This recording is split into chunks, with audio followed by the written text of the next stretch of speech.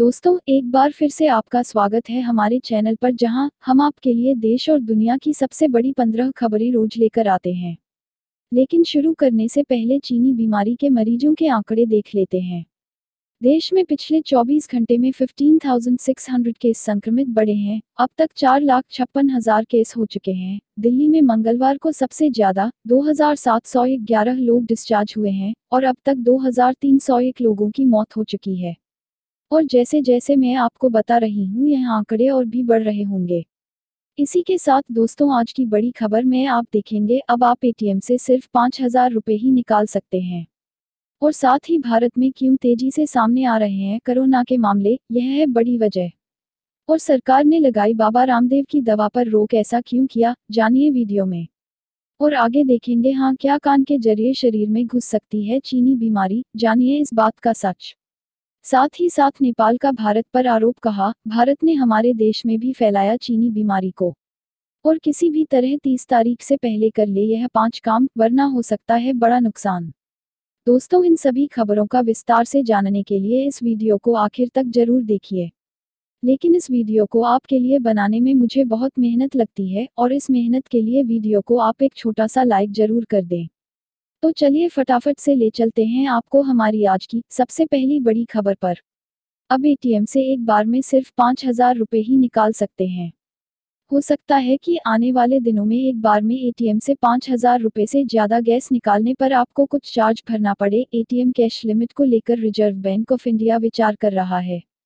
दरअसल आरबीआई की एक समिति ने अपनी रिपोर्ट में एटीएम से पैसे निकालने की सीमा को घटाने की सिफारिश की है। अगर आरबीआई इस रिपोर्ट को स्वीकार कर लेती है तो एटीएम से पैसे निकालना या अन्य काम थोड़ा महंगा हो जाएगा। जानकारी के अनुसार इस समिति ने जो सिफारिश की है, उसके मुताबिक एटीएम से 5,000 रुपए तय की जानी चाहिए। इसके अलावा एटीएम के इस्तेमाल की फीस को भी बढ़ाने की सिफारिश की है। हालांकि अभी यह पता नहीं चल पाया है कि आरबीआई ने इन सिफारिशों को स्वीकार किया है या नहीं।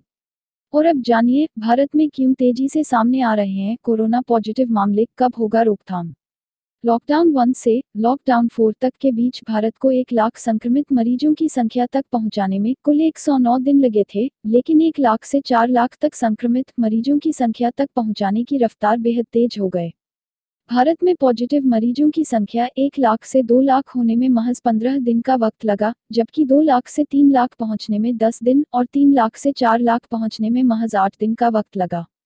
भारत में 18 दिन में 2 लाख पॉजिटिव मरीज और बढ़ गए। महामारी के नए केसेस के पीछे भारत की बड़ी टेस्टिंग क्षमता रही है, क्योंकि दिन प्रतिदिन भारत रोजाना किए जा रहे टेस्ट की संख्या में तेजी से इजाफा हुआ है। और अब यह संख्या प्रतिदिन के हिसाब से हो रही टेस्टिंग 1 लाख के पार हो गई है। कहा जाता है कि कंटेंट ट्रेसिंग को रोकने और संक्रमण को रोकने के लिए ज्यादा टेस्टिंग जरूरी है। यह कई देशों द्वारा किए गए नतीजों से साबित भी हो चुका है कि टेस्टिंग बढ़ने से कैसे अधिक संख्या में सामने आएंगे। क्योंकि अधिकतर संक्रमित मरीज एसिम्प्टोमेटिक है, जिनमें चीनी बीमारी के लक्षण नहीं दिखते हैं, और उनके पॉजिटिव होने का पता केवल टेस्ट से लगता है, लेकिन इस दौरान वह इन्फेक्शन तो फैला ही सकते हैं। इसलिए साइंटिस्ट और एक्सपर्ट बार बार टेस्ट बढ़ाने की डिमांड करते आए हैं। दोस्तों, इस चैनल पर हम आपको देश और दुनिया भर की सबसे बड़ी खबरें सबसे पहले बताते हैं। अगर आपको भी दुनिया भर की खबरें सबसे पहले चाहिए, हमारे चैनल को बिना भूल है नीचे दिए लाल बटन को दबाकर सब्सक्राइब जरूर कर दें और बेल आइकन भी प्रेस कर दें। अब जानिए, पतंजलि को लगा झटका, केंद्र सरकार ने लगाई बाबा रामदेव की दवा पर रोक, कहा बिना पास हुए मत करो विज्ञापन। योग गुरु स्वामी रामदेव की पतंजलि आयुर्वेद ने चीनी बीमारी के इलाज के लिए आयुर्वेदिक दवा कलोनियल लॉन्च कर दी है। बाबा रामदेव के मुताबिक इस दवा के ट्रायल के दौरान 100% की सफलता मिली है। वहीं उन्होंने कहा कि इस दवा का कोई साइड इफेक्ट भी नहीं है, क्योंकि इसे पूरी तरह से जड़ी बूटियों का इस्तेमाल करके तैयार किया गया है। बाबा रामदेव के मुताबिक जल्द ही यह दवा पतंजलि के स्टोर पर मिलने लगेगी। वहीं अगले सोमवार से ऑर्डर मी नाम का एक ऐप लॉन्च किया जा रहा है, जिससे लोग घर बैठे यह दवा मंगा सकेंगे। लेकिन केंद्र सरकार ने बाबा रामदेव को एक बड़ा झटका देते हुए उनकी दवा पर रोक लगा दी है। सरकार ने कहा है, जब तक जांच ना हो तब तक दवा का विज्ञापन ना करें। दोस्तों, इस वीडियो को देखते रहिए, क्योंकि आगे आने वाला है 30 तारीख से पहले कर ले यह 5 काम, वरना हो सकता है बड़ा नुकसान। लेकिन उससे पहले जानिए, क्या कान के जरिए शरीर में बहुत सकता है चीनी वायरस, जानिए विशेषज्ञों ने क्या कहा। सोशल मीडिया पर कुछ खबरें वायरल हो रही है कि चीनी वायरस कान के रास्ते भी शरीर में प्रवेश कर सकता है। विशेषज्ञों की माने तो वायरस मुंह व आंख के अलावा कान के जरिए भी शरीर में प्रवेश कर सकता है, मगर कान से संक्रमण का खतरा तब तक नहीं है जब तक आपको कान से जुड़ी कोई बीमारी नहीं है। आप जानते हैं दोस्तों, नेपाल का भारत पर है आरोप, चीनी बीमारी फैलाया भारत ने। दोस्तों, नेपाल ने भारत पर एक बार फिर आरोप लगाया है कि उसके यहाँ महामारी से जुड़े 90% से ज्यादा मामले सीधे तौर पर भारत से जुड़ते हैं। नेपाल ने कहा कि देश में महामारी भारत से लौटे प्रवासी संक्रमित को ने फैलाया है। उधर नेपाल की संसद की प्रतिनिधि सभा की राज्य व्यवस्था समिति ने नागरिकता कानून में संशोधन में बदलाव किया है। इस नए प्रस्ताव के तहत नेपाली पुरुषों के साथ विवाह करने वाली विदेशी महिला को शादी के बाद नेपाल की नागरिकता पाने के लिए 7 साल का लंबा इंतजार करना होगा। नेपाल में रविवार को संक्रमण के 421 नए मामले सामने आए और अब तक संक्रमित का आंकड़ा 9026 तक पहुंच चुका है। महामारी विज्ञान विभाग के निदेशक डॉक्टर वासुदेव पांडे ने कहा कि नेपाल में चीनी वायरस संक्रमण के 90% मामले विदेश से लौटे प्रवासी श्रमिकों के हैं, जिनमें अधिकतर भारत से वापस आए लोग हैं। अब जाने दोस्तों, अगर अभी तक नहीं किया है यह काम तो 30 जून से पहले कर ले, वरना हो सकता है बड़ा नुकसान। महामारी के प्रसार को रोकने के लिए लागू लॉकडाउन की वजह से सरकार ने बहुत सी चीजों की समय सीमा को बढ़ाकर 30 जून कर दिया था। अब 30 जून आने में ज्यादा समय नहीं बचा है। ऐसे में आपके लिए टैक्स और वेबकिक से जुड़े कार्य को पूरा करने के लिए इस तारीख को याद रखना बहुत जरूरी है।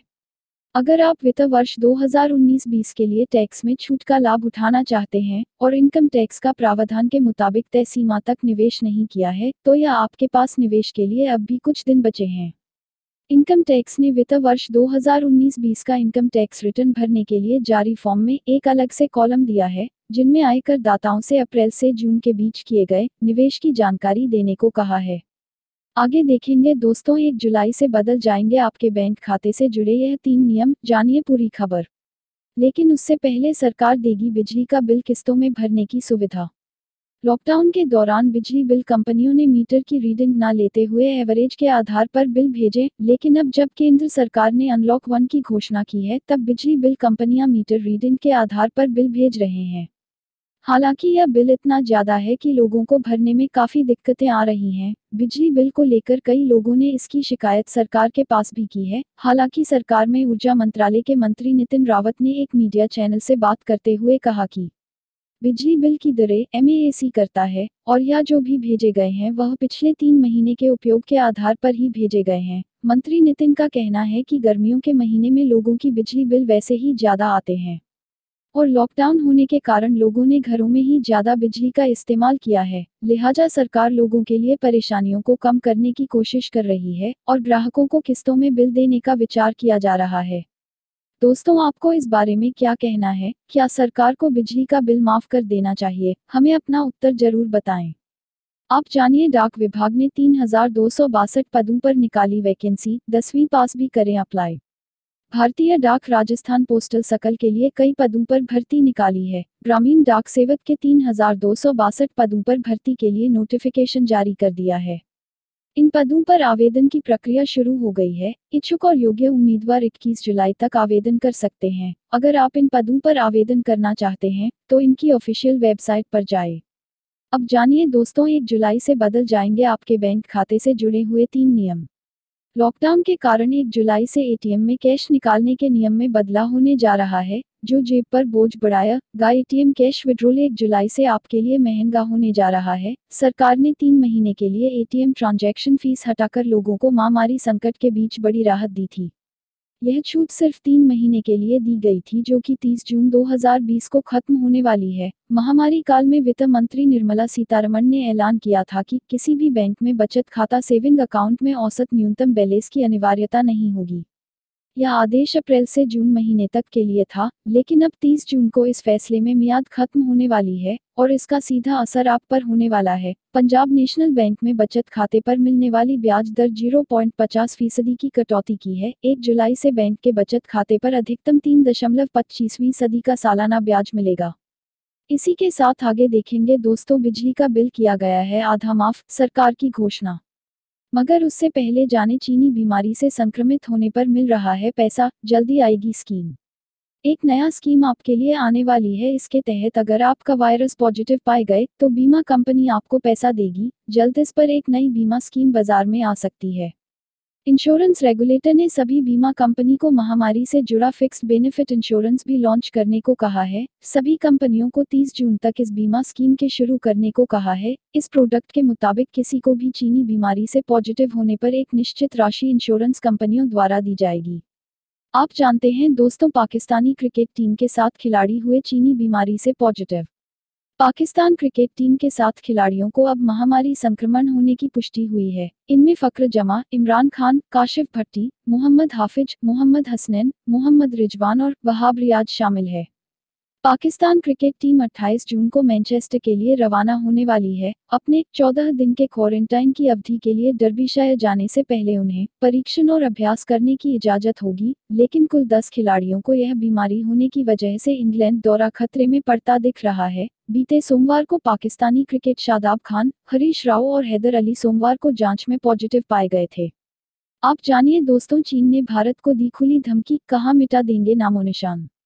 ग्लोबल टाइम ने एक एडिटोरियल के जरिए भारतीय सेना को चेतावनी देने की कोशिश की है। इसमें कहा गया है कि चीन कभी भी भारत के साथ रिश्ते बिगाड़ना नहीं चाहता है, लेकिन भारतीय सेना को भी संयम और समझदारी से काम लेना होगा। इसमें धमकी देते हुए कहा गया है कि जो भी चीनी आर्मी की तरफ पहला वार करेगा उसे धरती से मिटा दिया जाएगा। मंगलवार को भी इसके ट्विटर अकाउंट पर एक वीडियो शेयर किया गया था जो कि भारत के बिहार रेजिमेंट के जवानों से गलवान में भिड़ने वाली चाइनीज बॉर्डर डिफेंस सोल्जर का है।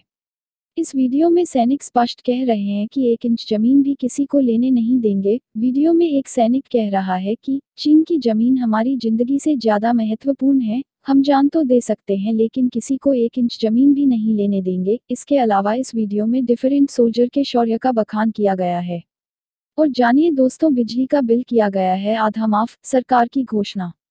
मध्य प्रदेश के मुख्यमंत्री शिवराज सिंह चौहान ने कमजोर वर्ग के उपभोक्ताओं को बिजली का बिल में बड़ी छूट देने का ऐलान किया है। जिन उपभोक्ताओं का अप्रैल 2020 में बिजली बिल 100 रुपये आया है, उन्हें आने वाले 3 महीने तक 100 रुपये का बिल आने पर 50 रुपये का ही भुगतान करना होगा।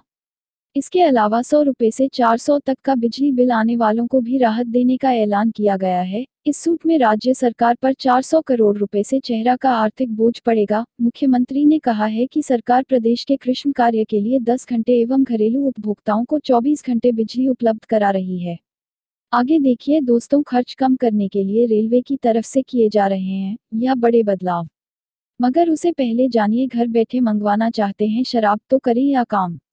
दोस्तों, एक अच्छी खबर उनके लिए जो शराब के शौकीन हैं। भारत में अमेरिकी ई कॉमर्स कंपनी अमेज़न को शराब की डिलीवरी की अनुमति मिल चुकी है। माना जा रहा है कि इससे देश में लाखों करोड़ों के शराब उद्योग को बढ़ावा मिलेगा। सिर्फ यही नहीं, बिग बास्केट को भी शराब बेचने की अनुमति मिल चुकी है। लेकिन यह 2 कंपनियां पश्चिम बंगाल में लोगों के घरों में शराब की डिलीवरी करेंगे। करीब 9 करोड़ की आबादी वाला पश्चिम बंगाल भारत का चौथा सबसे ज्यादा आबादी वाला राज्य है। उन्होंने पश्चिम बंगाल के सरकार के साथ एमओयू पर हस्ताक्षर किया है। इसे लेकर राज्य सरकार ने एक नोटिस भी जारी किया है। अब जानिए दोस्तों, पहली बार पेट्रोल से महंगा डीजल, जाने आपके शहर का रेट। दिल्ली में पहली बार ऐसा हुआ कि डीजल की कीमत पेट्रोल से अधिक हो गए हैं। आज लगातार 18 दिन डीजल की कीमत में बढ़ोतरी हुई, जबकि पेट्रोल की कीमत कल के ही बराबर है। पिछले 18 दिनों में डीजल की कीमत 10 रुपये 48 पैसे प्रति लीटर की बढ़ोतरी हुई है, जबकि पेट्रोल भी 8 रुपये 50 पैसा प्रति लीटर महंगा हुआ है। डीजल और पेट्रोल की कीमतों में अंतर होने की वजह यह होती थी कि पेट्रोल के मुकाबले डीजल पर राज्य और केंद्र की तरफ से कम टैक्स लगता था, लेकिन अक्टूबर 2014 में के बाद दोनों के बीच का अंतर काफी कम होता चला गया और अब तो डीजल की कीमत पेट्रोल से ऊपर जा चुकी है। हालांकि अन्य राज्यों में डीजल अभी भी पेट्रोल से सस्ता है। जानिए दोस्तों, खर्च कम करने के लिए रेलवे की तरफ से किए जा रहे हैं यह बड़े बदलाव।